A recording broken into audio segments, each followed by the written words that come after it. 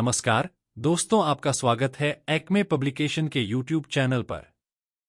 यहां आपको मिलेंगे कम्पिटिटिव एग्जाम्स से रिलेटेड वीडियोस जो परीक्षाओं में आपकी सफलता को सुनिश्चित करने में सहयोगी होंगे। आज हम प्रश्नों के माध्यम से समसामयिक घटनाओं को समझेंगे। तो आइए देखते हैं आज के प्रश्नों को और प्रमुख समसामयिक घटनाओं को।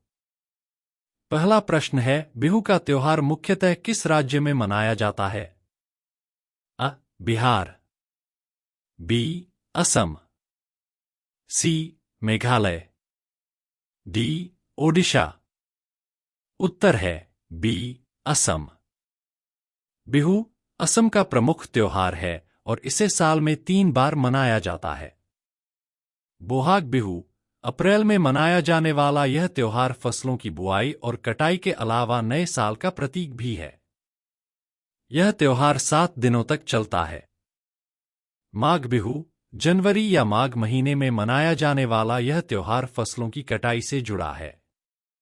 काती बिहू अक्टूबर से नवंबर में मनाया जाने वाला यह त्योहार अनाज काटने और बांधने के मौके पर मनाया जाता है। हाल ही असम में माघ बिहू का त्योहार मनाया गया है।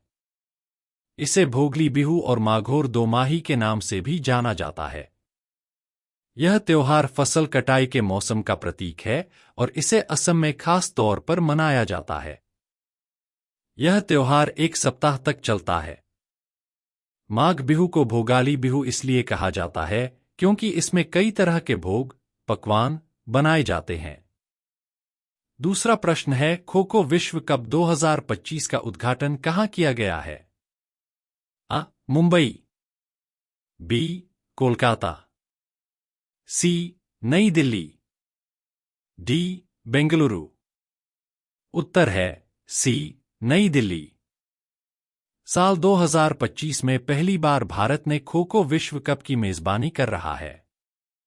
यह टूर्नामेंट 13 जनवरी से 19 जनवरी 2025 तक नई दिल्ली के इंदिरा गांधी इंडोर स्टेडियम में आयोजित किया जा रहा है। इस टूर्नामेंट में 23 देशों ने हिस्सा लिया है, जिसमें भारत सहित कई अन्य देशों की टीमें शामिल हैं। तीसरा प्रश्न है, भारतीय मौसम विभाग की स्थापना किस वर्ष हुई थी? अ. 1875, बी. 1925, सी. 1895, डी. 1947। उत्तर है अ.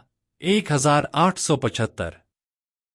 भारतीय मौसम विभाग, इंडिया मीटियोरोलॉजिकल डिपार्टमेंट (IMD) ने अपना 150वां स्थापना दिवस मनाया। भारतीय मौसम विभाग की स्थापना 1875 में हुई थी। इसका मुख्यालय नई दिल्ली में स्थित है। चौथा प्रश्न है, हाल ही में शुरू हुए गुजरात के अंतर्राष्ट्रीय पतंग महोत्सव की थीम क्या है? अ. सावधानी और बचाव, बी. भारत की संस्कृति, सी. रंग-बिरंगे पतंग, डी. एकता में शक्ति। उत्तर है अ. सावधानी और बचाव। गुजरात का अंतर्राष्ट्रीय पतंग महोत्सव शुरू हो गया है। मुख्यमंत्री भूपेंद्र पटेल ने 11 जनवरी को अहमदाबाद में साबरमती रिवरफ्रंट पर पतंग उड़ाकर इस महोत्सव का उद्घाटन किया। सावधानी और बचाव की थीम पर आधारित इस महोत्सव में 47 देशों के 143 पतंगबाजों के साथ साथ भारत के 11 राज्यों के 52 प्रतिभागी शामिल हो रहे हैं। पांचवा प्रश्न है, जलवायु पर संयुक्त राष्ट्र फ्रेमवर्क कन्वेंशन की चौथी द्विवार्षिक अपडेट रिपोर्ट BUR-4 रिपोर्ट के अनुसार भारत ने ग्रीनहाउस गैस उत्सर्जन में कितने प्रतिशत की कमी दर्ज की है? अ. 5.93%, बी. 7.93%, सी. 9.93%, डी. 11.93%। उत्तर है बी. 7.93%। भारत ने संयुक्त राष्ट्र जलवायु परिवर्तन फ्रेमवर्क कन्वेंशन UNFCCC को अपनी चौथी द्विवार्षिक अद्यतन रिपोर्ट BUR-4 सौंपी है। इस रिपोर्ट में भारत की जलवायु परिवर्तन से निपटने की प्रतिबद्धता को दर्शाया गया है। रिपोर्ट में ये बात सामने आई है कि साल 2019 के मुकाबले साल 2020 में भारत का कुल ग्रीन हाउस गैस (GHG) उत्सर्जन 7.93% कम हुआ। छठवां प्रश्न है, भारतीय पुलिस फाउंडेशन का नया अध्यक्ष किसे नियुक्त किया गया है? अ. राजीव रंजन, बी. अभिनव कुमार, सी. रामेश्वर सिन्हा, डी. ओपी सिंह। उत्तर है D. OP Singh. Uttar Pradesh police के पूर्व महानिदेशक ओपी सिंह को पुलिस विषयों पर एक स्वतंत्र थिंक टैंक भारतीय पुलिस फाउंडेशन (IPF) का नया अध्यक्ष नियुक्त किया गया है। सातवां प्रश्न है, कौन सा देश राष्ट्रमंडल देशों की संसदों के अध्यक्षों और पीठासीन अधिकारियों के 28वें सम्मेलन की मेजबानी करेगा? अ. Britain, B. Bharat, C. Australia, D. Canada. उत्तर है बी. भारत। भारत 2026 में राष्ट्रमंडल देशों की संसदों के सभापतियों और पीठासीन अधिकारियों के 28वें सम्मेलन (CSPOC) की मेजबानी करेगा। यह जानकारी लोकसभा अध्यक्ष ओम बिरला ने ग्वेर्नसे में CSPOC की स्थायी समिति की बैठक में दी। CSPOC का पूर्ण रूप कॉन्फ्रेंस ऑफ स्पीकर और presiding officers of the Commonwealth है। यह सम्मेलन कॉमनवेल्थ देशों के संसद के नेताओं को एक साथ लाता है ताकि वे वैश्विक चुनौतियों पर चर्चा कर सकें और साझा अनुभवों पर आधारित समाधान विकसित कर सकें। आठवां प्रश्न है, 26 जनवरी 2025 को भारत के गणतंत्र दिवस परेड में मुख्य अतिथि कौन होंगे? अ. Prabowo Subianto, B. Narendra Modi, C. Joe Biden, D. Xi Jinping. उत्तर है अ. Prabowo Subianto. 26 जनवरी 2025 को भारत के गणतंत्र दिवस परेड के मुख्य अतिथि इंडोनेशिया के राष्ट्रपति प्रबोवो सुबियांटो होंगे। उनके साथ 350 सदस्यीय इंडोनेशियाई सैन्य टुकड़ी भी परेड में शामिल होगी। नौवां प्रश्न है, 5वीं आसियान डिजिटल मंत्रियों की बैठक (AGMIN) कहाँ शुरू हुई? अ. Delhi, B. Bangkok, C. Singapore, D. Jakarta. उत्तर है बी. बैंकॉक।